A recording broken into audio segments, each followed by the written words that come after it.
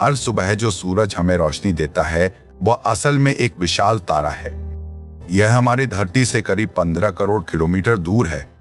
इतनी दूरी के बावजूद इसकी गर्मी हम तक आसानी से पहुंचती है। सूरज इतना बड़ा है कि इसमें 10 लाख धरतियां समा सकती हैं। इसके सामने हमारी धरती एक छोटे से रेत के कण जैसी लगती है।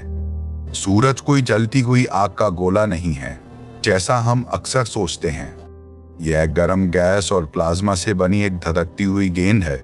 इसके केंद्र में हर पल एक जबरदस्त परमाणु प्रतिक्रिया चलती रहती है। यहाँ हल्के परमाणु आपस में जुड़कर ऊर्जा पैदा करते हैं।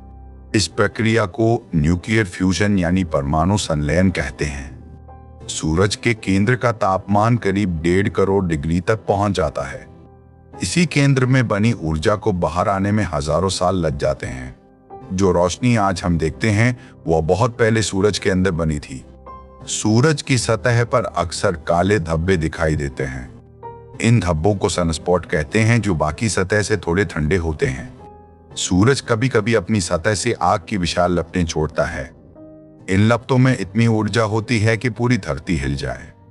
कभी कभी सूरज गर्म कणों का एक विशाल तूफान भी भेजता है। इस सौर तूफान से हमारे सैटेलाइट और बिजली के जाल प्रभावित हो सकते हैं।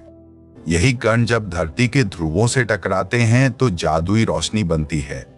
इस रंगीन रोशनी को हम अरोरा यानी ध्रुवीय ज्योति कहते हैं। सूरज की रोशनी के बिना हमारी धरती पर जिंदगी मुमकिन ही नहीं थी। पेड़ पौधे इसी रोशनी से अपना खाना खुद बनाते हैं। इसी प्रक्रिया से हमें सांस लेने वाली ऑक्सीजन भी मिलती है। धरती का सारा मौसम भी असल में सूरज की गर्मी से चलता है।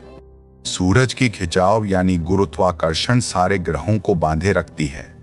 इसी की वजह से धरती एक तय रास्ते पर सूरज का चक्कर लगाती है। सूरज हमारी आकाश गंगा के करोड़ों तारों में से सिर्फ एक है। आसमान के बाकी तारे सिर्फ इसलिए छोटे लगते हैं क्योंकि वे बहुत दूर हैं। वैज्ञानिकों का मानना है कि सूरज करीब 4.5 अरब साल पुराना है। अभी यह अपनी उम्र के लगभग बीच में चल रहा है। अरबों साल बाद सूरज का ईंधन धीरे धीरे खत्म होने लगेगा। तब यह फूलकर एक विशाल लाल तारे में बदल जाएगा।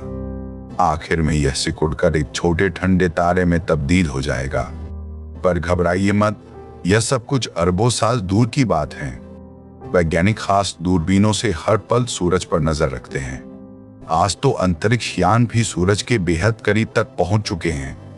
इन यानों से हमें सूरज के कई पुराने राज समझने को मिले हैं। सूरज सच में हमारी सबसे करीबी और सबसे जरूरी ऊर्जा का स्रोत है। अगली सुबह जब धूप आप पर पड़े तो इस विशाल तारे का शुक्रिया कहिए।